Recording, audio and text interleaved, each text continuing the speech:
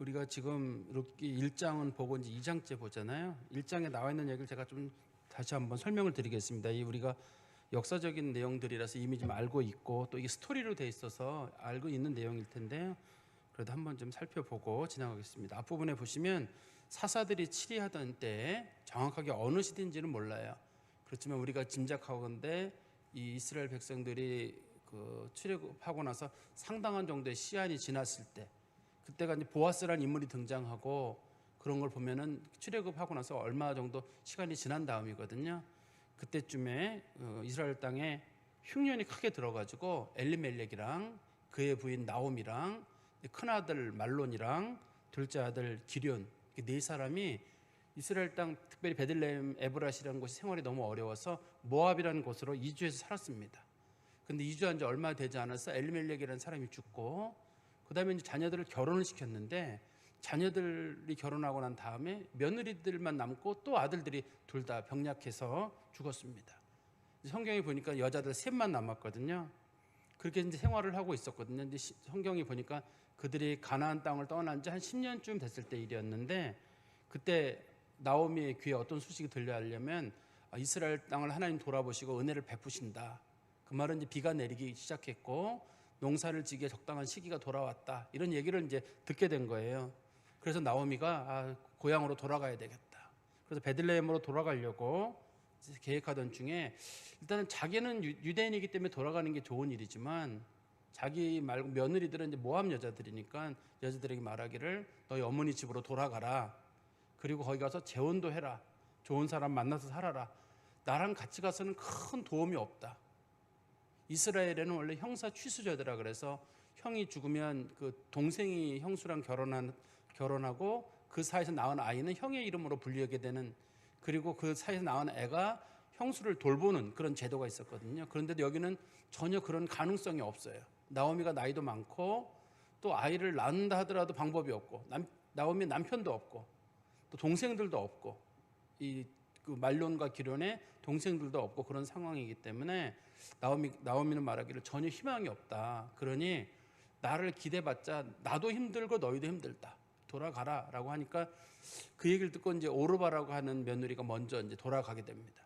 근데 성경은 뭐라고 말하냐면 그 사람이 자기 백성과 자기 신에게로 돌아갔다. 완전히 하나님 떠나는 길로 그 사람이 가게 되는 거예요. 그런데 이제 룻이라고 불려지는 큰 며느리는 나는 시어머니 따라가겠다.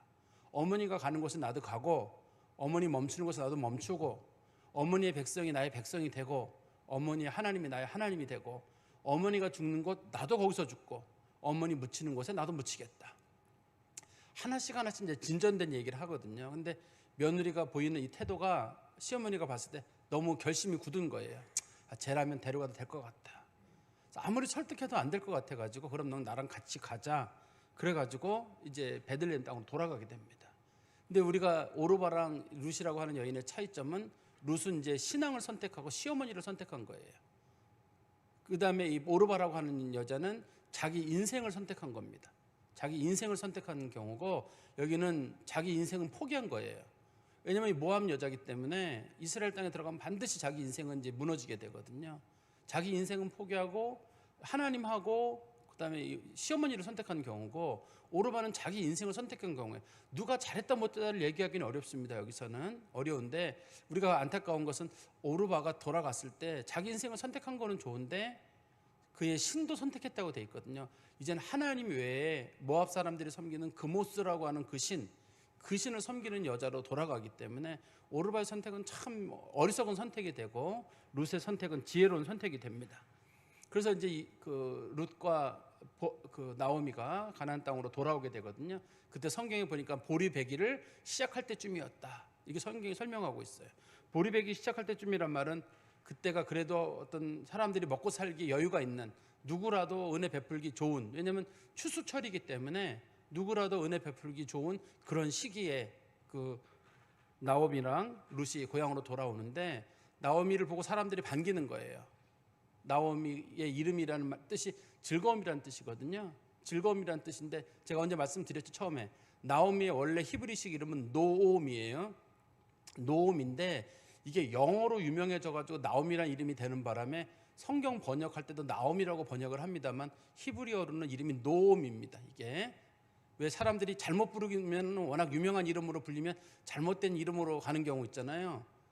비슷한 경우 저도 그런 경우 제가 우리 교회 와서 한참 지났는데 제가 신명석이에요. 근데 가끔 교회 무슨 과거에 사례비 봉투나 이런 데 보면 신명섭으로 돼 있더라고요. 장로님들이 쓰시는데도 신명섭인 거예요.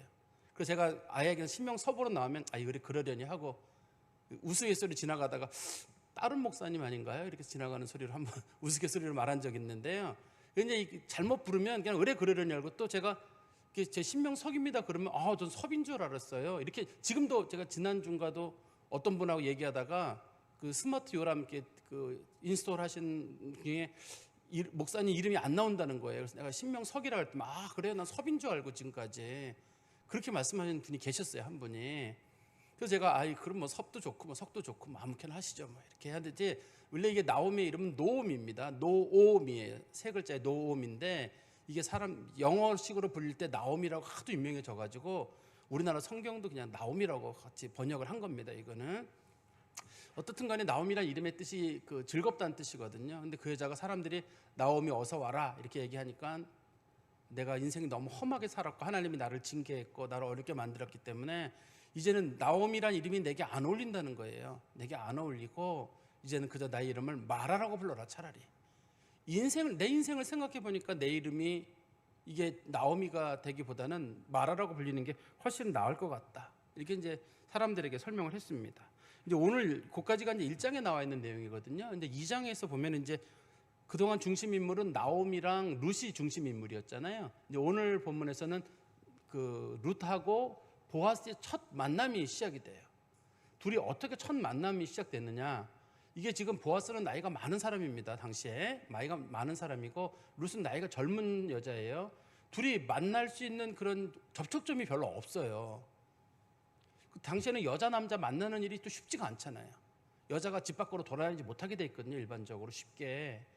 그런데다가 먹고 살기도 힘든데 나갈 수도 없고 이 보아스는 당시에 그 지역에서 유력한 사람이고 이 지금 룻은 그런 경우도 아니고 또 그런 경우니까 두 사람이 만날 수 있는 거리가 별로 없어요. 근데 오늘 본문에 보니까 두 사람이 아주 기막히게 만나게 되거든요. 기막히게 만나게 되는데 오늘 중요한 거는 그 기막힌 만남도 중요하지만 룻이 보이는 삶의 태도가 오늘은 핵심적인 내용이에요. 룻이라는 여자가 도대체 어떤 삶의 태도를 가지고 있느냐. 우리가 이제 생각해 보면은 룻이라고 하는 여자는 신앙을 쫓아왔으니까 이제부터 막 복이 쏟아지겠다. 꼭 그런 것만은 아닙니다. 그래서 룻이 신앙으로 결단하고 왔어요. 그럼 그때부터 하늘에서 복이 내려와가지고 사람들이 찾아와가지고 나오미랑 룻 힘든데 이거 먹고 살아라. 그런 사람 하나 없습니다. 당시에. 그쵸? 신앙으로 결단을 하고는 왔지만 뭘 먹고 살아요 이제부터는. 그러니까 이걸 먹고 사는 방법을 찾아내야 되는데 시어머니는 나이가 많아가지고 노동력이 없어요. 근데 이 나오미란 여자가 노동력을 발휘해서 집을 먹여 살려야 되거든요. 근데 자기는 유대인의 총회의 멤버로 넣어주지 않는 모함 여자예요. 모함 여자이기 때문에 이게 와서 어떻게 방법이 없어요. 따라는 왔는데 방법이 없어요. 그런데 그 방법을 찾아가는 과정인데 이 룻이라고 하는 여자가 상당한 생활력을 보이게 됩니다. 그냥 믿음으로만 온 게 아니라 그 사람이 보이는 생활력이 오늘 말씀에 대해 중요한 내용으로 비춰지게 됩니다. 우리 성경 말씀 보실까요? 2장 1절에 보시면 나오미의 남편 엘리멜렉의 친족으로 유력한 자가 있으니 그의 이름은 보아스더라. 오늘 본문에 보니까 이제 보아스라는 인물이 나오는데 보아스가 누구냐면 나오미의 남편 엘리멜렉의 친족이다 돼 있어요. 친족이라는 말은 우리나라식 어감으로는 친척 뭐 이렇게 뜻이잖아요. 그렇지만 히브리어로는 이게 친척이란 뜻도 있고 친구란 뜻도 있어요. 둘 다 씁니다. 이게 친척이란 뜻도 있고 친구란 뜻도 있어서 어떤 영어 성경책에는 이 사람이 가족 중에 하나, 그래서 영어에 family라는 말 있잖아요. 그렇게 쓰는 경우도 있고 어떤 데서는 이걸 friend라고 소위 불려지는 친구라는 이름으로 번역을 하는 경우도 있어요. 그런데 여기 보면 나중에 보아스가 기업 물을 자라 그래서 친척들 중에 가까운 사람들이 그 형사 취수죄의 대상자가 되거든요. 아까 제가 말씀드린 대로 그 나오미가 돌아올 당시에 그 룻하고 오르바에게 돌아가라고 한 이유는 자기에게 자식이 없기 때문에 돌아와도 소용이 없다는 거였잖아요. 같이 가도. 그렇지만 이 형사취수 제도의 대상자는 단순하게 형제만 되는 게 아니라 사촌도 되고 5촌도 되고 6촌, 7촌, 8촌 없으면 10몇 촌까지 계속 넘어가요. 이게 계속 넘어가는 거거든요. 근데 이 본문에 보면은 기업 물을 자가 한 사람이 나오고 보아스가 그 다음에 나오는 걸 보면 보아스가 그래도 그 집안으로 봤을 때는 한 4촌이나 뭐 어디 6촌이나 6촌쯤 뭐 아저씨 벌 어디쯤 5촌 아저씨나 뭐 그쯤 어디쯤 되는 그 좀 촌수를 가지고 있는 그런 사람이라고 보이기 때문에 친구라는 말보다는 이거를 우리가 친척 중에 한 사람이라고 보는 게 옳을 것 같아요. 그리고 이 보아스란 이름의 뜻을 여러분들이 우리 교회에서 보면 보아스란 말이 나오죠. 여기 야긴이란 말 보이세요? 기둥에 쓴 거? 여기 이제 뭐라고 꼬부룩 보이죠? 여기 장로님 앞에 야긴이라고 쓴 거. 여기 보아스라고 하는 거 보이세요? 점을 잘못 찍었긴 했습니다만 어떻든 이게 야긴이고 이게 보아스예요. 이게 원래 솔로몬이 성전을 지을 때 성전 안에 있던 기둥이 아니라 성전 안에는 원래 기둥이 없어요. 성전 바깥에 회랑이라고 있거든요. 사람들이 다니는 그 통로에 기둥을 2개 만들었는데 하나는 야긴이라니 이게 이제 그가 세우신다. 여기서 그는 하나님이죠. 하나님이 세우신다는 의미의 야긴. 요거는 보아스란 뜻이에요. 그에게 능력이 있다. 그래서 이 보아스라고 하는 요게 이 보아스 이름하고 똑같은 이름이에요. 보아스라고 이름이 똑같이 가지고 있으니까 이 보아스라는 이름의 뜻은 하나님이 세우신다 그런 뜻일 거예요. 아마 이 집은 하나님이 세운다는 어떤 그런 특별한 의미를 가지고 있는 것 같아요. 근데 그 사람을 보니까 성경에 뭐라고 되어 있냐면 유력한 사람이다라고 되어 있어요. 유력한 사람이라고 되어 있는데 그 조그만 글씨로 3이라고 써 있고 우리나라 성경책에 부호 이렇게 되어 있잖아요. 부자라고 되어 있는데 부자란 뜻도 있지만 이 뒤에 가보면 이 유력하다는 말의 원래 히브리어 뜻은 부자란 뜻만 있는 게 아니라 그 지역에 상당한 영향력이 있는 사람이에요. 나중에 이 동네의 어르신들을 보아스가 부릅니다. 불러가지고 한마디를 던질 때 사람들이 모두 보아스의 말을 따르게 돼요. 그러니까 보아스가 부자이기도 하지만 그 지역에 상당한 정도의 영향력을 가지고 있는 어른이란 뜻이에요. 그래서 우리가 이 보아스라는 사람이 나이를 정확히 모릅니다만 이 정도 나이가 되려면 당시 이스라엘에서는 최소한 이렇게 어느 정도 지도적 위치에 있으려면 50살은 넘어야 되거든요. 사람들이 예수님에게도 그런 얘기 물어보잖아요. 내가 50도 안 됐는데 네가 아브라함보다 크냐 이런 얘기 한 적 있잖아요. 원래 이스라엘에서는 50살 정도 돼야지만이 장로라고 불리거나 사회 지도층으로 불리게 되거든요. 지금 여기서 보아스가 그렇게 불리는 걸 봤을 때 보아스의 나이도 우리가 어느 정도 짐작을 할 수 있을 것 같습니다. 그리고 2절입니다. 모압 여인 룻이 나오미에게 이르되 원하건대 내가 밭으로 가서 내가 누구에게 은혜를 입으면 그를 따라가서 이삭을 죽겠나이다 하니 나오미가 그에게 이르되 내 따라 갈지어다. 여기서 딸이란 말이 나오니까 사람들이 시어머니가 딸이라고 부른다 그랬는데 이때 며느리를 부르는 호칭이 그냥 딸입니다. 이때 우리가 왜 우스갯소리로 딸 같은 며느리는 없다고 하잖아요. 그런 거랑은 또 어머니 같은 시어머니도 없다고 하는 그런 농담거리의 대상이 아니라 실제로 이때 당시에는 그냥 며느리를 아마 딸이라고 불렀던 것 같아요. 그런데 이 며느리가 시어머니한테 부탁을 하거든요. 제가 나가서 누구네 집에든지 가가지고 은혜를 입기를 원한다. 아마 이제 시어머니가 들었던 것 같아요. 이때가 보리 추수철이잖아요. 보리 추수철인데 왔는데 보니까 먹을 게 없는 거예요. 당장 먹을 게 없는데 어떻게 해요, 여기서? 그러니까 이제 얼마 동안 지내고 있다가 얘기하기를 어머니 제가 나가서 어느 집에 가서 은혜를 입으면 그러면 제가 곡식을 좀 따라가서 곡식을 좀 얻어 오겠습니다. 하는데 여기 보면 이런 표현이 있잖아요. 내가 누구에게 은혜를 입으면 은혜를 입는다는 말의 뜻은 누가 내게 허락을 한다는 뜻이잖아요. 그냥 내가 아무나 밭에 들어가는 게 아니라 그 사람이 당신 주워가도 된다 이렇게 허락을 해줘야 되는 거예요. 그래서 이 여자가 나가가지고 어느 집에 가서 허락을 받아가지고 내가 그 집에서 이제 보리든지 혹은 다른 곡식이든지 떨어진 게 있으면 제가 주워오겠습니다 했거든요. 성경에서는 일반적으로 가난한 사람들이 그 보리나 밀에 이삭을 줍거나 그다음에 포도 열매를 줍거나 그다음에 올리브 있잖아요. 성경은 감람나무라고 하는데요. 그 열매를 줍는 것 자체가 죄가 아니에요. 우리 성경 말씀 하나 보시겠어요? 레위기 19장 9절 10절 말씀 볼까요? 레위기 19장 9절 10절입니다. 너희가 너희 땅에서 곡식을 거둘 때 너는 밭 모퉁이까지 다 거두지 말고 내 떨어진 이삭도 줍지 말며 내 포도원의 열매를 다 따지 말며 내 포도원에 떨어진 열매도 줍지 말고 가난한 사람과 거류민을 위하여 버려두라. 나는 너희 하나님 여호와이니라. 그리고 신명기 24장 20절에 보시면 신명기 24장 20절에 보시면 위에는 곡식하고 포도만 나왔잖아요. 신명기 24장 20절에 보시면 내가 내 감람나무를 떤 후에 그 가지를 다시 살펴보지 말고 그 남은 것은 객과 고아와 과부를 위하여 남겨두라. 그러니까 당시에 그 사람들이 가난한 사람들이 취할 수 있는 방법이 뭐가 있냐면 남이 버린 그 주워가지 않은 곡식, 주로 보리나 밀, 그다음에 포도, 그리고 올리브 이 세 가지를 이제 주울 수 있었는데요. 하나님은 이걸 죽게 하시려고 어떤 방법을 택했냐면 사람들이 요즘은 뭐 농기계를 씁니다. 옛날에는 낫으로 사람들이 주로 뱄잖아요. 벼를 베게 되는데 그때라도 귀퉁이는 다 베면 안 돼요. 우리나라 사람들은 아주 쌀 한 톨을 소중히 여기잖아요. 그래서 싹 베거든요. 뭐 하나 떨어진 거 딱 죽게 돼 있지만 성경은 귀퉁이는 돌아가면서 베면 안 돼요. 놔둬야 돼요. 가난한 사람이 와서 베어가도록. 그리고 나달이 막 떨어져 있으면 우리나라 사람들은 그거 주우려고 할 거거든요. 주우면 안 돼요. 가난한 사람들이 그걸 주워가도록. 그래서 다 배도 안 되고 주워가도 안 돼요. 포도도 마찬가지입니다. 포도 한번 딱 수확을 했어요. 그 다음에 보니까 내가 깜빡 잊고 좀 하다 말았어요. 놔둬야 돼요. 가난한 사람들이 가져갈 수 있도록. 그리고 포도 알이 또 떨어져 있잖아요. 그것도 마찬가지로 주워가면 안 돼요. 올리브 열매도 한번 내가 딸 때는 내가 따는데 따고 나서 이것저것 남은 거 마치 우리 감나무에 까치밥 남듯이 남는 게 있잖아요. 그런 건 놔두고 떨어진 올리브도 주우면 안 돼요. 그건 하나님께서 가난한 사람들을 돕게 하는 하나님의 방법이에요. 그런데 이게 보통의 경우 어느 집이 벼 베는데 가가지고 줄줄줄 따라다니면서 하는 건 아닙니다. 이거 원칙적으로는 막 베고 있는데 아줌마 거기 베지 마세요. 제가 주워야 돼요라고 한다든지 아저씨 거기 베면 안 돼요.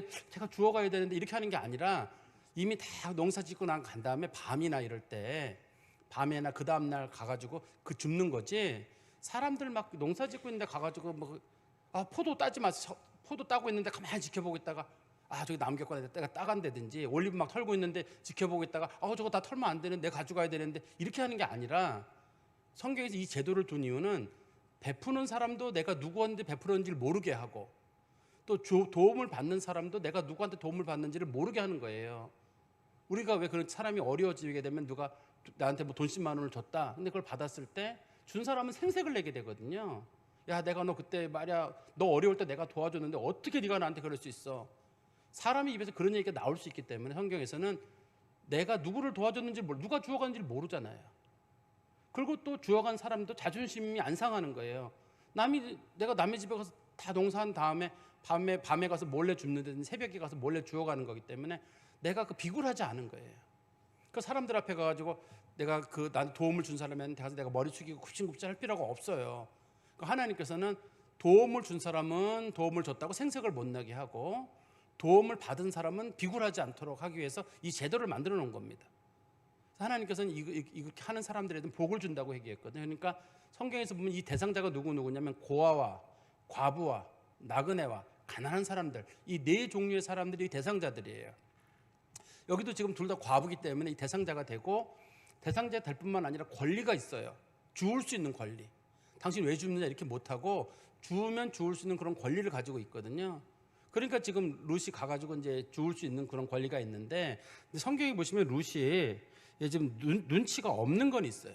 어떤 눈치가 어떻게 없냐면 여기 보세요. 3절에 보시면 룻이 가서 베는 자를 따라 밭에서 이삭을 줍는데 이거는 제가 아까도 말씀드린 건 금기사항이에요. 그러니까 여자가 눈치가 없어요. 이렇게 하면 안 돼요. 왜냐하면 지금 내가 베고 있는데 뒤에 쭉 따라가면서 죽고 앉아있으면 어떻게 해요, 이거를요. 이게 내가 싸놓으면 몰래 집어갈지 어떻게 되고. 그러니까 그런 사람이 나오게 되면 그 농사 짓는 사람들이 그 사람 때문에 짜증을 내지 않겠어요? 내가 그걸 싸놓으면 저 여자가 또 들고 가고 일이 생길 수 있으니까 그런 일은 서로 못하게 돼 있는데 룻이 지금 그런 걸 하는 거거든요. 그런데 어떻든 간에 룻은 이렇게 남의 집 거 주워서 생활을 하려고 하는데 그러면 이 집이 나오미랑 룻이 땅이 전혀 없느냐? 그런 건 아닙니다. 우리 한번 성경 말씀 보세요.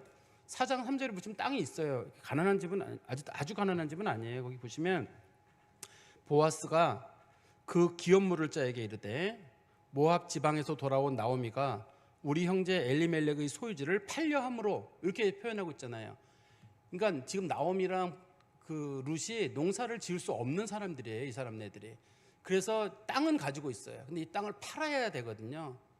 팔아야 되는 상황입니다. 근데 이 땅을 지금 땅이 있으면 농사를 못 졌던 이유는 일단 자기들이 여자들 둘이기 때문에, 하나는 너무 나이가 많은 여자, 하나는 너무 나이가 어린 여자고, 이게 그다음에 이 사람네들이 지금 추수할 때 왔으니까 그 전에 씨를 뿌렸어야 되잖아요. 농사를 지은 게 아니잖아요. 빈 땅으로 있었던 지난 10년 동안 이게 묵은 땅으로 있었기 때문에 땅을 거기서 농사를 지을 수도 없는 거거든요. 한 해가 지나야지 무슨 뭐 남자 장정이라 할지라도 농사를 지을 텐데, 이거는 이 사람들이 마침 볼이 추수할 때 왔기 때문에 농사도 지을 수가 없고, 둘 다 여자인데다가 한 분은 나이가 많고 한 사람은 나이가 어리기 때문에 둘 다 농사를 지을 수 없는 그런 상황입니다. 그래서 지금 이 사람들이 할 수 없이 나가서 죽는 거예요. 만약에 그 상황이 좀 넉넉해가지고 농사 지을 수 있는 상황이고 이 철을 넘겼다 그러면 아무리 어려워도 어떻게든 농사를 지으려고 할 거예요. 여자들끼리라도 어떻게 해서라도 농사를 지으려고 할 건데, 이 본문에 보니까 농사를 지을 수 없는 상황이었던 걸 우리가 좀 짐작을 할 수 있습니다. 그런데 어떻든 간에 이 룻이 보니까 이렇게 해서 자기랑 시어머니랑 둘 다 굶어 죽겠는 거예요. 굶어 죽겠으니까 어머니 제가 나가서 좀 주워 올게요. 그런데 당시 이스라엘 사람들은 모압 사람들을 싫어했거든요. 모압의 식민 통치를 겪은 적이 있는 데다가 이방 여인은 못 들어오게 돼 있는데, 이방 여자가 들어와서 뭐라 그러면서 거기 좀 죽겠다고 그러면은 그것도 또 눈치 없이 막 따라붙으면 그거 허락 안 할 일이거든요. 그렇지만 지금 여기서는 어떻게 살아야 되니까 이 편견을 딛고 나가서 룻이 이제 그 밭에 가서 곡식을 주우려고 하는 겁니다. 3절입니다. 룻이 가서 베는 자를 따라 밭에서 이삭을 줍는데 우연히 엘리멜렉의 친족 보아스에게 속한 밭에 이르렀더라. 정말 우연인 거예요, 이거는요.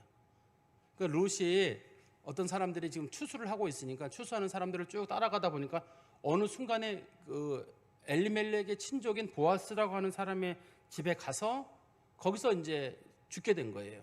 그런데 여기서 이제 우연한 일이기는 하지만 나중에 이제 알게 됐을 거예요. 왜냐하면 이 본문에 보시면 2절에 이런 말이 나오잖아요. 내가 누구에게 은혜를 입으면, 이런 표현이 있잖아요. 그 말은 누가 내게 허락하면 그런 뜻이에요.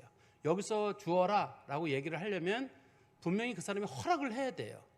그러면 그 밭에도 내가 이제 보리를 이삭을 줍거나 할 때 가서 물어볼 거 아닙니까? 이 사람, 이 밭의 주인이 누굽니까?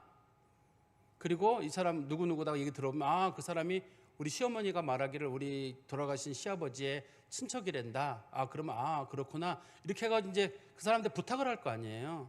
근데 여기 마침 우연한 기회에 여기 엘리멜렉의 밭에 왔는데 엘리멜렉이 누군지 모르는 건 아닙니다. 이제 엘리멜렉이 누군지 알아요.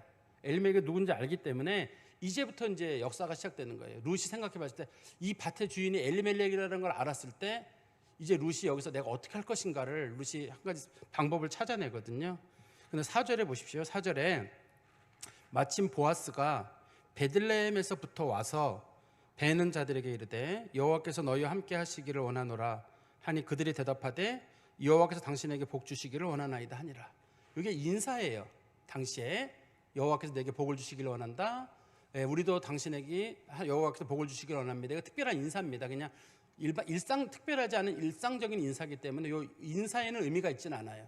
근데 성경에 보니까 이런 표현이 있잖아요. 보아스가 베들레헴에서부터 왔다. 우리가 생각하기에는 이 일이 일어나고 있는 장소는 베들레헴이어야 되잖아요.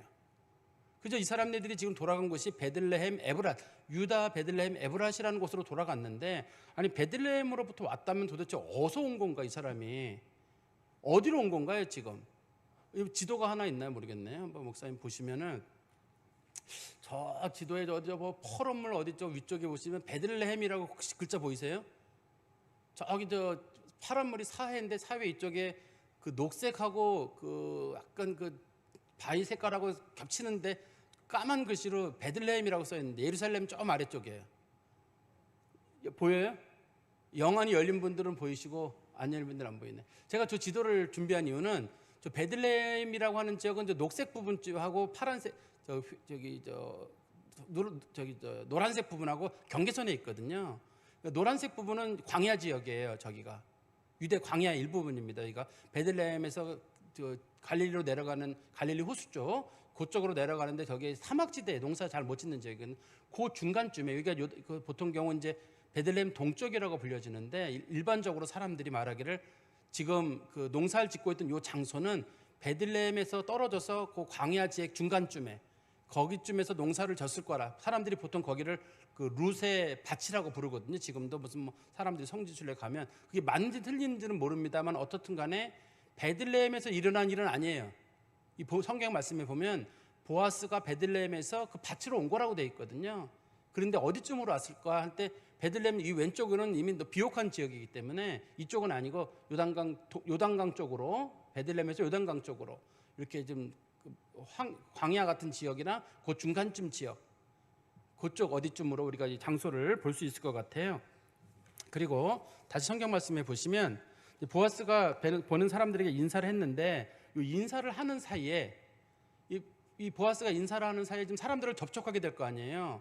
잘 지내셨습니까? 잘 지내셨습니까? 할 때 그때 사람들을 인사를 하다가 그때 누구를 만나게 되냐면 룻이라고 하는 여자를 만나게 돼요. 만약에 그때 당시 보아스가 인사를 하지 않고 그냥 쭉 돌아보고 갔다 그러면 끝나는 일인데 보아스가 인사를 할 거 아니에요.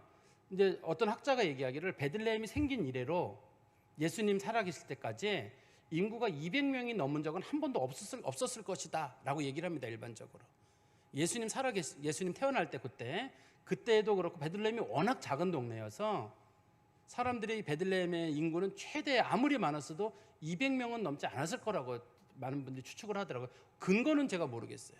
학자들이 얘기하기를 거기가 사람이 살기 좋은 땅은 아니기 때문에 그래서 그것을 그런 식으로 인구가 많았을 거는 보지 않으니까 당시에 이제 그 곡식을 줍는 사람들이 많지는 않았을 거예요.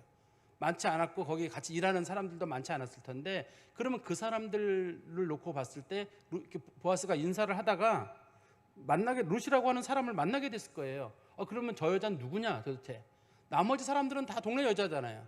동네 여자고 동네 남자니까 아는데 이 사람이 누군지를 몰라요. 그래서 성경에 보시면 이렇게 성경에 나오죠. 우리 5절에 보십시오. 보아스가 베는 자들을 거느린 사환에게 이르되 이는 누구의 소녀냐? 저 여자 젊은 여자의 저 누구냐라고 물어보잖아요. 그러니까 대부분 거기서 일하는 사람들은 여기 보면은 그 일하는 사람들이 그 여자들이 들어 있어요. 같이 사환은 남자도 들어 있고 여자도 들어 있는데요. 이 별을 베는 사람들 주로 이제 품꾼들인데 이스라엘엔 노예가 없었습니다. 당시에 노예가 없기 때문에 다들 소위 이 날품팔이 하러 온 사람들이 있고 그 사람들을 관리하는 사환이라는 말이 나오는데 이 사환이라는 말도 마찬가지예요. 이 사환이라는 말도 우리나라 말에는 사환 그러니까 보아스 집에서 일하는 아마 머슴쯤 어디 되나 보다 보기 쉽잖아요. 그런데 이거 그냥 히브리어로 뭐로 돼 있냐면 그냥 소년이에요. 소년인데 이거를 그냥 뭐라고 번역을 했냐면 사환이라고 번역을 한 이유는 우리에게 익숙한 단어가 아마 주인이 있으니까 그 집 밑에 일하는 사람은 뭐 아마 뭐 사환이거나 머슴이거나 어디쯤 되겠지 하고 이런 식으로 이제 그런 생각을 가지고 번역을 한 겁니다. 원칙적으로는 그 집에 있는 젊은 남자예요. 젊은 남자에게 밭을 맡긴 거고 그 젊은 남자가 보아스에게 지금 얘기를 하는 거거든요.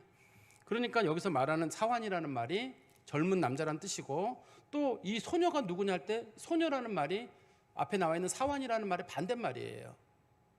그 사환이라는 말 우리가 아까 젊은 남자라고 했잖아요. 이 소녀라는 말은 젊은 여자란 뜻이거든요. 그러니까 만약에 앞에 게 사환으로 번역했다 그러면 뒤에도 마찬가지로 뭐라고 번역해야 되냐면 저 몸종 이런 식으로 번역을 해야 되거든요. 둘 다 똑같은 단어예요. 사환이라는 말과 소녀라는 말이 같은 단어이기 때문에 하나는 남성이고 하나는 여성의 차이점만 있는 거니까 이거를 둘 다 공식적으로 번역하려면 하나는 젊은 남자에게 물어봤다고 해야 되고 두 번째는 이 소녀라는 말도 젊은 여자에게. 제가 이 말씀을 좀 굳이 드리는 이유는 여기 본문에 보면 나중에 그 보아스가 그 룻을 만나게 될 때 사람들이 그 보아스에게 그런 얘기를 한번 하거든요. 그동안 당신이 아들이 없었는데 저 젊은 여자를 통해서 아들을 하나 얻었으면 좋겠다. 그런 얘기를 해요. 그러니까 보아스에게는 아들이 없어요. 아들이 없으니까 이 사람은 소년이기는 한데 보아스의 아들은 아니고 그렇지만 일을 봐주는 어떤 사람인 거는 맞는데 그렇다고 우리가 요즘 부르듯이 뭐 사환이거나 뭐 품꾼이거나 뭐 그런 식의 사람은 아니라 그런 뜻이에요. 왜냐면 이게 만약에 이 젊은이를 젊은이로 그대로 번역을 해버리면 잘못하면 사람들이 오해하기를 저 사람이 보아스의 아들인가 싶은데 보아스는 아들이 없다고 성경에 되어 있거든요. 한번 보세요. 룻기 4장 11절 한번 보시면 12절인가요? 룻기 4장 12절에 룻기 4장 12절 보시면 여호와께서 이 젊은 여자로 말미암아 내게 상속자를 주사. 상속자가 남자거든요. 상속자를 주사 내 집이 다말이 유다에게 낳아준 베레스의 집과 같게 하시기를 원하노라 하니라. 이게 이제 다말이 그 유다의 며느리거든요. 시아버지랑 며느리 사이에서 베레스가 태어나게 되는데 그런 집안처럼 정말 그 대를 이을 만한 여자가 아들이 태어났으면 좋겠다는 걸 보니까 그 집에는 아들이 없었다는 뜻이에요. 아들이 없었고 어떻든 간에 이 본문에서는 사환이라는 말을 젊은 남자란 말로 이제 번역하는 게 더 좋을 것 같은데요. 그 6절입니다. 배는 자를 거느린 사환이 대답하여 이르되 이는 나오미와 함께 모압 지방에서 돌아온 모압 소녀인데 처음 만났기 때문에 몰라요. 이 사람이 누군지를. 동네는 작지만 신분적 차이 때문인지 아니면 온 지 얼마 안 돼가지고 이 사람이 지금 곡식을 주우러 나온 건지는 모르겠는데 어떻든 간에 이 보아스라고 하는 사람이 몰라요. 동네 사람들은 알아요. 뒤에 보면 8절 9절에 보면 그 사환이라고 불려지는 그 젊은이는 알아요. 이 여자를. 근데 보아스는 이 사람을 모르는 걸 보니까 이 사람에 대한 정보를 잘 못 들었던 것 같아요. 그냥 정보는 대충 건너 들었을 거예요. 나오미 돌아왔다더라. 나오미가 뭐 며느리랑 모함 여자랑 왔다더라. 그 정도는 들었지만 이 사람이 그 사람인지는 몰라요. 그래서 설명을 지금 하는 거잖아요. 다시 보세요. 6절에 뱉는 자를 거느린 사환이 대답하여 이르되 이는 나오미와 함께 모압 지방에서 돌아온 모압 소녀인데 여기도 마찬가지로 여기서는 그냥 소녀란 뜻이 아니라 그냥 모압 사람이란 뜻이에요. 원래 단어의 뜻은 모압 사람이란 뜻인데 우리나라 성경에서 위에 있는 소녀란 말하고 말을 맞추려고 번역을 할 때 이해하기 편하게 모압 소녀라고 번역을 한 겁니다. 그냥 모압 여자란 뜻이에요. 모압 여자인데 그 사람하고 그 사람이 나오미의 며느리다 이렇게 얘기를 하는 거죠. 요 자리를 통해 가지고 이제 나오미의 집안이라는 걸 알게 되잖아요. 나오미는 원래 그 동네 출신이고 남편은 엘리멜렉이고 또 며느리도 알고 있으니까 그러면 이 얘기를 처음 듣는 순간에 보아스 입장에서는 이 얘기를 듣고 어떤 생각을 해야 되나요? 친척이잖아요. 어떻든 친척이니까 그가 생각하기를 저 사람이 나오미네 며느리구나 그걸 알았겠죠. 어떻든 간에 소개를 해줬으니까. 두 번째는 저 사람들의 앞으로 먹고 사는 문제에 대해서는 내가 책임을 져야 돼. 당시에는 기업 물을 자라 그래서 꼭 결혼 문제가 아니라 할지라도 어떤 집이 어려우면 누가 돕게 되냐면 가까운 사람이 돕게 돼 있어요. 가까운 사람이 꼭 도와주게 돼 있어요. 가까운 사람이 도와주게 돼 있고 안 도와주면 그거는 사람들에게 흉이에요. 성경에 뒤에 보면 나오거든요. 그런 사람들을 그 신발 벗은 자라고 불리고 때로는 침 뱉은 자라 그래가지고 만약에 그 마땅히 친척이 안 도와주게 되면 그 사람을 공개적으로 그 사람 얼굴에 침을 뱉으라고 돼 있어요. 뒤에 보면 나오거든요. 그러니까 반드시 도와줘야 되는 사람이니까 이 사건을 해서 보아스도 어떻게든 저 사람을 내가 도와줘야 되겠다 막 그런 생각이 있었을 거예요. 두 가지겠죠. 우리 상식적으로 봤을 때 하나는 저 사람이 우리 친척집 며느리인데 외국 여자구나. 다문화 뭐 가정처럼 외국 여자구나 하는 생각했을 거고 두 번째는 어떻든 내가 저 사람을 도와주는 역할을 해야 되겠다. 여기까지는 우리가 일상적으로 볼 수 있는 내용일 겁니다. 그런데 이제 우리가 이제 중요하게 봐야 될 부분이 이제 7절에 있는 말씀이 7절이 오늘 말씀해 준 중심적인 내용인데요. 7절에 그의 말이 이건 이제 저희가 한 말이에요. 루시 한 말입니다. 그의 말이 나로 베는 자를 따라 단 사이에서 이삭을 죽게 하소서 하였고 아침부터 와서는 잠시 집에서 쉰 외에는 지금까지 계속하는 중이니이다. 우리가 보아스가 여기 왜 왔는지를 알 수가 있어요. 보아스가 이 밭에 왜 왔는지를 알 수 있는 힌트가 여기 들어있거든요. 다시 보시면 그의 말이 나로 베는 자를 따라 두 단 사이에서 이삭을 죽게 하소서. 근데 이 사환으로 불리는 사람은 이삭을 죽게 할 수 있는 걸 허락할 수 있는 권한이 없어요. 이거는 밭 주인만이 그 권한을 가지고 있어요. 죽게 할지 말게 할지. 왜냐하면 이게 비상식적인 경우이기 때문에 남의 밭에 가가지고 막 베고 있는데 따라가서 죽는다. 혹시나 이제 우리가 이제 그 룻의 입장에서 제가 표현을 하면 아저씨 제가 좀 곡식을 따라가면서 죽을 수 있을까요? 그거는 예의가 아니지. 제가 꼭 죽었으면 좋겠다고. 근데 아저씨 허락해 주실 때 이 사환이 얘기하기를 그거 내가 허락할 게 아니라 이 밭의 주인이 보았으니까 내가 보아스한테 연락을 할 테니까 그러면 그 어르신이 와서 허락을 하시면 그 어르신이 보시고 허락하시면 그러면 당신 죽을 수 있다. 그렇게 얘기를 할 거 아니에요. 성경적인 문맥은 그렇게 돼 있는 겁니다. 이게. 그러니까 다시 한번 말씀드리면 룻이 와가지고 그 사환에게 부탁을 한 거예요. 뭐라고 부탁을 했냐면 자기가 베는 자를 따라 단 사이에서 죽게 해달라. 지금 사람들이 단을 쌓아놨잖아요. 베는 자를 따라가서 단 사이에서 죽는다는 얘기는 엄청나게 무례한 행동을 하는 거거든요. 이건 해서는 안 되는, 당시에 유대인들 사회에서는 이거는 뭐 무례한 정도가 아니에요. 무례한 정도가 아니라 상식이 없는 여자거든요. 상식이 없는 여자이기 때문에 이거는 사환이 판단을 내릴 수가 없어요. 사환이 판단을 내릴 수 없어요. 물론 사환도 알죠. 아까 사환이 뭐라 그랬냐면 나오미네 집안 사람입니다라는 사환은 알죠. 그렇다고 하지만 그래도 반드시 보아스의 어떤 허락이 있어야 되거든요. 그래서 보아스가 여기 이 동네에 온 거예요. 뒤에 보시면 우리가 알 수 있는 구절이 있는데, 그런데 아침부터 와서는 잠시 집에서 쉰 외에는 지금까지 계속하는 중이니이다. 보세요. 여기 보시면 이 여자가 이삭을 주었는지 안 주었는지 한번 잘 보세요. 이삭을 주었다고 돼 있나요? 아니면 이삭을 죽게 해달라고 부탁을 한 거로 돼 있나요? 잘 보세요. 그의 말이 나로 베는 자를 따라 단 사이에서 이삭을 죽게 하소서 하였고 아침부터 와서 잠시 쉰 외에는 지금까지 계속하는 중이니이다. 뭘 계속한다는 거죠 지금? 이삭 죽는 일을 계속한다는 건가요? 아니면 이삭을 죽게 해달라고 부탁을 하는 건가요? 이 본문의 말씀이. 여기서는 이삭을 죽는다는 말이 들어있지가 않아요. 지금 이 룻이 계속 부탁을 하는 거거든요. 제가 여기서 꼭 주어야 되겠다. 꼭 주어야 되겠다. 왜 여기서 꼭 주어야 되냐면 룻이 여기서 보아스를 만나려고 하는 거예요. 왜냐하면 보아스라는 사람이 자기네 집의 문제를 풀어주시는 유일한 사람이니까요. 그 동네의 유력자이기도 하고 부유한 사람이기도 하고, 그 사람이 어떻든 간에 이 성경에서는 기업 물을 자를 고엘이라고 하거든요. 꼭 자기를 도와주시는 사람이 순서대로 쭉 있는데 그 중에서 이 문제를 풀어준 사람이 그 사람밖에 없어요. 만약에 이 사람하고 자기가 안 만나게 되면 이게 성적인 뭐 그런 거 아닙니다. 재혼 뭐 그런 것도 아닙니다. 자기랑 시어머니가 살아갈 수 있는데 유일하게 해결책이 이 방법밖에 없어요. 그래서 이 보아스에게 그 사환에게 얘기하기를 내가 좀 보아스를 좀 만나게 해달라. 그러면 내가 그 사환이나 누굴 사람을 보내가지고 보아스 어르신 와서 오십시오 할 거 아니에요. 그럼 보아스가 올 거 아니에요. 근데 그 여자가 잠깐 그 집에 갔다 온 거 외에는 그 여자가 여기 떠나지 않았다는 말을 우리 생각할 때 이 여자가 잠깐 가서 집에서 뭐 참을 먹고 왔나 싶은데, 성경적인 내용으로부터는 참 먹고 그런 시간을 아낀 여자이기 때문에 화장실에 갔다 올 정도, 용변이라 봤을 정도의 시간이란 뜻이에요.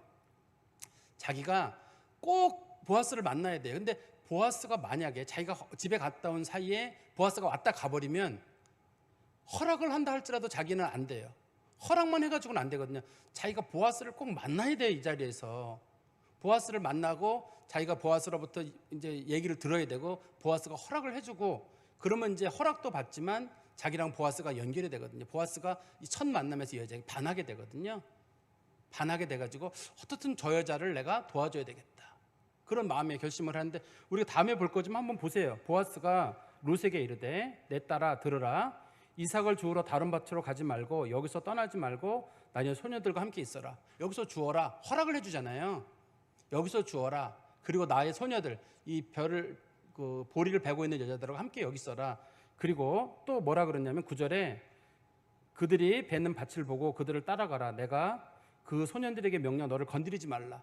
다른 남자들이 이 여자 못 건드리게 하거든요. 왜냐하면 이 여자가 향후 자기랑 어떤 식의 이제 그런 과정, 친인척이기도 하지만 어떻든 간에 자기랑 나중에 어떤 부부 관계를 형성해야 될 사람이기 때문에 못 건드리게 하는 거거든요. 이게 그러니까 이 룻이, 제가 처음에 그런 말씀드렸는데 룻이라고 하는 여자가 얼마 정도 생활력이 있는지를 제가 처음에 이게 주제라고 말씀드린 이유는, 이게 룻이라고 하는 여자가 밭에 갔는데 그게 마침 그게 보아스의 밭이라고 하는 거예요.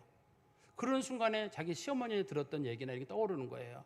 이 동네에 보아스라는 사람이 있는데 우리 친인척이다. 그 사람이 원래 순서대로는 이러이러한 사람인데 그 사람이 어떻든 간에 우리에게 뭔가 도움을 줄 사람이다. 그러니까 이 여자가 쭉 가다가 다른 밭이 아니라 마침 엘리멜렉의 친척인 그 보아스의 밭에 딱 들렀을 때 사원에게 부탁을 하거든요. 여기서 제가 지금 단 사이에서 죽을 수 있을까요? 단 사이에서 죽는단 말은 제가 날로 먹을 수 없을까, 이런 뜻이거든요. 이게 성경에서는. 그러면 보통 경우는 말도 안 된다 하겠지만 사환이 봤을 때는 어떻든 친인척이잖아요. 친인척이니까 조금만 기다리십시오. 내가 보아스 어르신께 연락을 해서 하니까 이제 보아스가 온 거예요. 와가지고 보아스가 사람들에게 인사하고 하다 보니까 저 여자 누구냐? 저 여자가 혹시 그 여자? 예, 그 여자가 아까 제가 말씀드렸던 그 나오미의 친척, 나오미 며느리 그 여자인데 그 여자가 아침부터 와서 저기서 잠깐 집에 가서 화장실 보고 온 거 외에는 계속 여기서 저한테 계속 부탁하기를 제가 어르신이 허락해 줄 때까지 여기 있어야 되겠다고 합니다. 그러니 어르신 어떡할까요? 라고 할 때 그래 허락해 줘라. 저 여자가 저렇게 열심히 얘기를 하고 있고 어떻든 나와 우리가 친척 관계에 있는 사람이기도 하지만 저렇게 열심히 있는 여자라 그러면 내가 이거 좀 도와줘야 되겠다. 그래서 이 본문을 바라볼 때 루시라고 하는 여자가 성실했다 이렇게 이걸 보는 사람이 있어요. 왜냐하면 집에 가지 않고 잠깐 갔다 온 거 외에는 계속 성실하게 일하는 모습을 보고 보아스가 감동을 받았다고 보는 경우가 있는데 성경적인 문맥상으로는 맞지는 않아요. 우리는 그렇게 이 본문을 보기 쉬운데 성경적인 문맥상으로는 반드시 그렇게 주우려면 누군가 허락을 받아야 되는데 그 허락은 집 주인이 해야 되는 거예요. 그런데 집 주인이 땅 주인은 누구냐면 보아스이기 때문에 보아스로부터 허락을 받으려고 하는 이게 지금 룻의 태도거든요. 허락을 하려 오려면 반드시 보아스가 와야 되고 오면 자기가 그 사람을 만나야 되고 그 사람하고 얘기를 나누게 되고 그러면서 자기가 어떤 상황에 놓였는지 그게 이제 알려지게 될 거거든요. 그래서 어떻든 간에 본문에 룻이 원하던 대로 나중에 이제 허락을 하거든요. 보아스가 허락을 하거든요. 아 그래 그렇게 해라. 허락을 하게 되는데요. 제가 이제 말씀을 정리해서 말씀드리면 이 룻이라고 하는 여자가 상당히 생활력이 강한 여인이에요. 생활력이 강한 여인이라는 걸 볼 수 있는 이유는 이 사람이 오자마자 그 모함 여인임에도 불구하고 어쨌든 시어머니랑 자기랑 살아야 되잖아요. 살기 위해서 나가가지고 하는데 자기가 봤을 때 이 보아스라는 사람을 만나지 않으면 가문이 해결될 수 있는 방법이 없는 거예요. 그러니까 그 사람을 만나서 그 사람이 부탁을 하든지 어떻게 하든지 간에 어떻든 해야 되는 거예요. 보리알 몇 개 주워가지고는 생활이 안 돼요. 보리알 몇 알 주워는 생활이 안 되기 때문에 자기가 많이 얻어야 되거든요. 많이 얻으려면 최소한 이 보아스라는 인물을 만나가지고 그 상식적으로 안 되는 그 곡식 단 사이에서 막 주우면서 이리저리 따라다니고 저리 따라다니고 그 일하는 여자들하고 같이 생활하라 그러잖아요. 그러는 걸 보면 이 룻이라고 하는 여인이 상당히 생활력이 강하고 부끄러움을 모르는 거예요. 어떻게 하든지 간에 내가 집안을 살리겠다는 그런 마음이 여기에 있는 거죠. 그리고 두 번째는 이 사람에게 간절함이 있어요. 우리가 이 성경을 볼 때 1장에서는 룻이 돌아올 때 내가 어머니의 백성이 나의 백성이 되고 어머니 하나님이 나의 하나님이 될 겁니다. 믿음의 결단은 했지만 막상 돌아가서는 믿음의 결단만 가지고 사는 건 아니잖아요. 그 사람이 믿음을 결단했더니 그날로부터 하늘에서 만나가 떨어졌대더라. 그런 일이 아니잖아요. 이제부터 하나님의 은혜가 어떻게 올지 모르니까 자기가 봤을 때 최선의 방법을 좀 찾고 있는 거거든요. 이거 어떤 게 최선 방법이냐? 이스라엘에는 이렇게 형사 취소 제도라는 게 있고 소위 기업 물을 자라고 하는 고엘 제도라는 제도가 있는데 어떻든 간에 자기가 볼 때는 그걸 해결할 수 있는 방법은 이 보아스라는 사람밖에 없으니까 자기가 그 방법을 찾아가는 거예요. 우리 그리스도인들이 간혹 이제 기도하면서 나는 기도하고 하나님께 맡기겠다. 기도하는 일도 좋은 일이고 꼭 해야 될 일이지만 방법을 찾아가고 부지런히 방법을 구하는 거예요. 어떤 게 최선인지. 우리는 어떤 게 최선인지 몰라요. 그래서 어떤 그리스도인들이 왜 그런 경우 있잖아요. 제가 기독교인들 중에 보면 연세가 많은 아가씨들이 있어요. 간혹. 그래서 왜 결혼 안 했냐 그러면 제가 이제 기도했는데 좋은 배우자를 주시기를 기도했다. 그래서 누굴 만나려고 시도는 해봤습니다. 저 그런 적은 없고 그냥 하나님이 갖다 주실 거라고. 하나님께서 갖다 주시는 경우가 드물어요. 찾다 보면 만나는 거거든요. 근데 대부분 사람들이 하나님이 붙여주신다 그래가지고 그래서 제가 제 친구 중에 누가 하나가 자기가 무슨 어느 모임에 한번 갔는데 그 무슨 무연한 기회에 그게 무슨 기독교인 무슨 만남 사이트를 했는데 여자 100에 남자는 자기 하나였대나 뭐. 근데 그 사람들이 하나같이 그 똑같은 기도 제목을 가지고 있더래. 하나님이 붙여주신다고. 근데 제 친구가 부실한데도 어떻게 거기서 뭐 이렇게 연결될 일이 여러 번 있었다 그러더라고요. 부실한 분인데도. 그러니까 이게 하나님께서 이 본문에서 룻이라고 하는 여자가 믿음도 좋은 사람이지만 참 살아보려고 애를 쓰는 모습이에요. 이게 왜냐면 자기가 이걸 해야지만이 자기 시어머니도 살고 자기도 살고 죽은 자기 남편의 명예도 회복할 수 있는 거기 때문에 이 룻이라고 하는 여자가 그냥 단순하게 어디 가서 남의 집 이삭이나 줍다가 나이 많은 아저씨 만나가지고 재혼했다 이런 얘기는 아니라는 거예요. 이게 거기에 초점을 두고 우연히 그 밭에 갔다가 우연히 하나님이 뭐 보아스 만나게 해줘가지고 우연히 뭐 죽고 우연히 이렇게 우연으로 뭘 만드는 게 아니라 여기서는 하나님의 은혜가 기본적으로 있는데, 기본적인 은혜가 있죠. 믿음이라는 기본적이 있지만 거기서 이 룻이라고 하는 여인이 보이는 태도는 끈질긴 마음이에요. 내가 꼭 저 사람 만난다. 그렇기 때문에 잠깐 집에 갔다 온 거 외에는 계속적으로 여기 있다고 하는 이유는, 왜냐면 내가 잠깐이라도 어디 간 사이 이 사람 못 만나게 되면 못 만나는 거죠. 왜냐면 이 보리 추수 지나고 나면 또 가을 추수까지 가야 되는데, 밀 추수까지 가야 되는데, 그때까지 또 어떻게 기다려요? 한 달, 한두 달은 또 있어야 되는데, 그건 못 기다리니까 자기가 오자마자 이 일을, 이게 온 지 얼마 안 돼서 일어난 일이거든요. 즉시 이 일을 처리하는 모습인데, 저는 우리 그리스도인들이 가져야 될 태도도 어쩌면 이런지도 모르겠어요. 우리 그리스도인들이 하나님의 은혜도 좋아요. 그렇지만 우리가 부지런히 움직이는 거예요. 하나님의 은혜가 어디로 오는지. 공부하는 사람들은 공부도 하고, 혹시라도 이제 뭐 또 사람들 만날 사람들은 사람도 만나보기도 하고, 이 시도도 해보고 저 시도도 해보고 하나님 앞에 기도하면서, 그러면서 하나님의 방법을 찾아가야지 그냥 딱 누워가지고만 있는 건 아닌 것 같다. 근데 하나님께서는 룻이라고 하는 여인의 그런 좀 생활력과 어떤 끈질긴 모습을 보시고 그 집에 은혜가 빨리 임하게 되거든요. 신앙의 결단도 좋은 사람이지만 그 뒤에 하나님이 부지런하며 은혜를 베푸시는 모습을 보면서 우리 그리스도 생각을 조금 좀 이렇게 진취적으로 보는 게, 그래서 제가 나중에 말씀드렸잖아요. 도대체 다윗이라고 하는 사람은 왜 다윗이냐 할 때, 이 성경에서는 여기 보면은 이 룻이라고 하는 인물이 할머니라고 나오잖아요. 증조 할머니인데, 이 증조 할머니가 어떻든 대단하게 열심히 있는 할머니인 거예요. 성경에서는 이 룻을 여기 넣은 이유는 향후 다윗이 태어나는데 왜 다윗은 다윗다운 믿음의 사람이 되느냐 할 때, 그게 이 룻이라고 하는 여자랑 관련이 있다는 걸 설명하려고 지금 하는 거거든요, 여기서. 그러니까 룻이라고 하는 여자의 그런 사건을 그냥 누구 만나서 잘 살았대더라 이런 얘기로 보지 마시고, 아, 참 신앙도 좋고 하나님의 은혜 사모하는데 간절한 사람이구나. 그 집에서는 계속적으로 가르치기를 하나님 잘 믿어야 된다. 그렇지만 너 열심히 살아야 된다. 하나님 외에는 사모하는 자들에게 더 주어진다. 그런 얘기들을 할머니로부터 오랫동안 받아서 다윗이 그렇게 좋은 신앙의 사람으로 변해가는 게 아닌가. 우리가 이 말씀 마음에 두고 사시기를 간절히 소망합니다. 기도하겠습니다. 하나님 아버지, 주님께 감사합니다. 저희들이 말씀을 대할 때마다 참 저희들이 보지 못한 부분들을 때로는 보게 하시고, 또 좋은 신앙인의 모습을 통해서 저희들이 배울 수 있는 신앙의 자세도 가르쳐 주신 것 감사합니다. 하나님은 믿는 자들에게 은혜를 베푸시지만 열심으로 찾고 두드리는 자들에게 하나님께서는 은혜를 베푸시고 문을 열어주신다고 말씀하셨습니다. 우리들도 하나님 앞에 기도할 뿐만 아니라 찾고 두드리고 구하는 자들이 되게 하여 주시옵소서. 또 포기하지 않는 마음으로 끝까지 하나님의 은혜가 임하기까지 또 저희들이 힘쓰고 애쓰는 자들이 되게 하여 주시옵소서. 예수 그리스도의 이름으로 기도하옵나이다. 아멘.